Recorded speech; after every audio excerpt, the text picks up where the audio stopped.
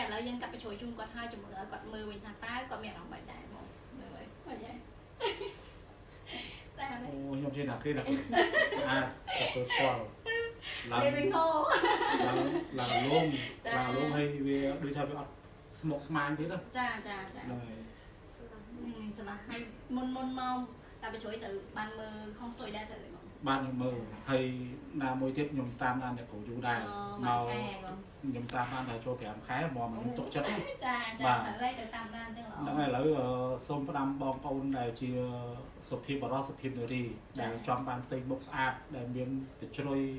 មានផ្លែមានដុសសាច់សូមអញ្ជើញមកNG Beauty នៅកន្លែង stock ទូលពូយើងហ្នឹងបងប្អូនទាំងអស់គ្នាហើយតាក់ទងតាម TikTok ឬតាម Telegram របស់អ្នកគ្រូមកហើយជួបអ្នកគ្រូផ្ទាល់គឺអ្នកគ្រូមានបទពិសោធន៍ហើយនឹងមានវិជ្ជាជីវៈត្រឹមត្រូវក្នុងការកាត់របស់យើងនេះធ្វើឲ្យយើងពេលកាត់ហើយ